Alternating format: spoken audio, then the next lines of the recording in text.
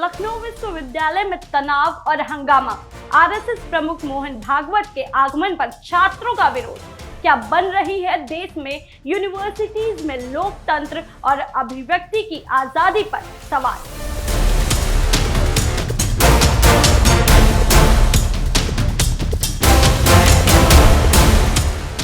नमस्कार, आप देख रहे हैं हेडलाइन फोकस और मैं हूं आप सभी के साथ प्रियांशी मिश्रा।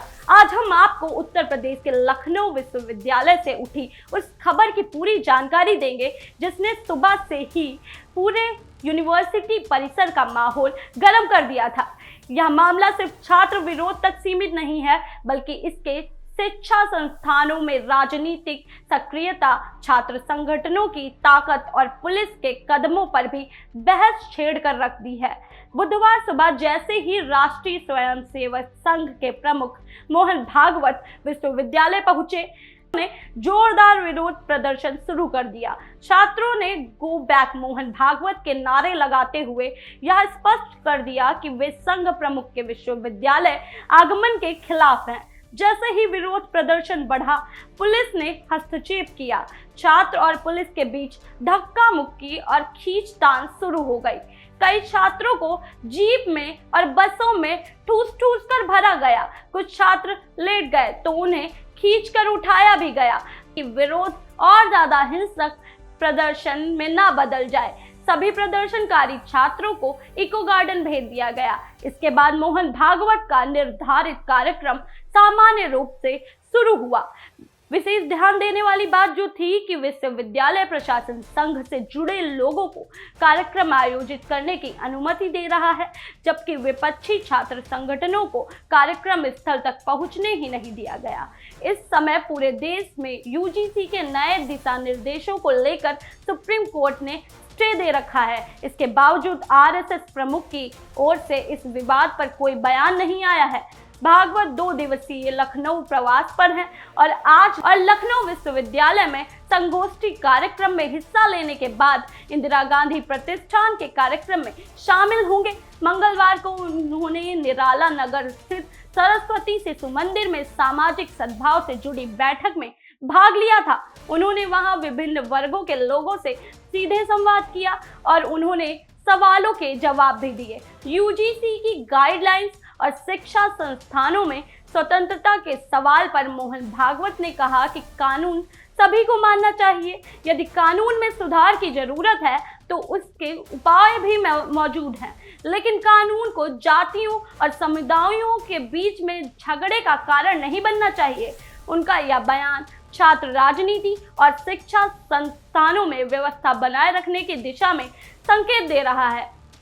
वहीं विरोध प्रदर्शन कर रहे छात्रों का भी कहना है कि मोहन भागवत जैसे व्यक्ति को देश के विश्वविद्यालयों में प्रतिबंधित किया जाना चाहिए। छात्र अहमद ने कहा कि उन्हें विश्वविद्यालय का सम्मान मिल रहा है, जबकि उन्हें अंदर जाने की अनुमति भी नहीं है। छात्रा बताती हैं कि पुलिस ने उन्हें रोककर बाहर रख दिया है और वे चाहते हैं कि उन्हें कार्यक्रम में भाग लेने दिया जाए।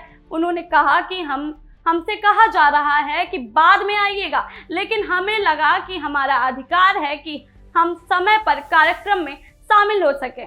इस घटना ने पहले ही पुलिस को अलर्ट मोड पर रखा था। छात्रों के प्रदर्शन की आशंका को देखते हुए सुबह 5 बजे ही समाजवादी छात्र सभा के सदस्य तौकील गाजी के हॉस्टल में पुलिस पहुंच गई और उन्हें हाउस अरेस्ट कर लिया गया। इसके अलावा कई अन्य सदस्यों को हिरासत में लिया गया और हसनगंज थाना ले जाया गया। यह कदम पुलिस ने इसलिए उठाया था ताकि कार्यक्रम के दौरान कोई भी हिंसा या उपद्रव ना हो। विशेषज्ञ मानते हैं कि विश्वविद्यालय में राजनीति सक्रियता और छात्र विरोध कभी कभी हिंसक रूप ले लेता है, लेकिन यह भी सच है कि छात्रों के पास अपने विचार व्यक्त करने के लिए भी अधिकार होते हैं। इसी घटना ने एक बार फिर से सवाल खड़ा कर दिया है कि क्या देश के शिक्षा संस्थानों में लोकतंत्र और अभिव्यक्ति की आजादी सुरक्षित है।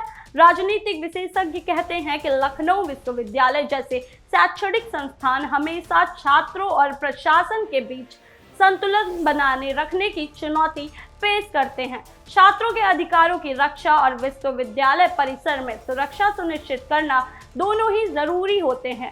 इस मामले में पुलिस का कदम विवादास्पद माना जा रहा है, क्योंकि कुछ छात्र इसे लोकतांत्रिक अधिकारों का हनन बता रहे हैं। वहीं संघ प्रमुख मोहन भागवत के कार्यक्रम में एक अलग राजनीतिक संदेश भी दिया है। उन्होंने सामाजिक सद्भाव और कानून के पालन पर जोर दिया है।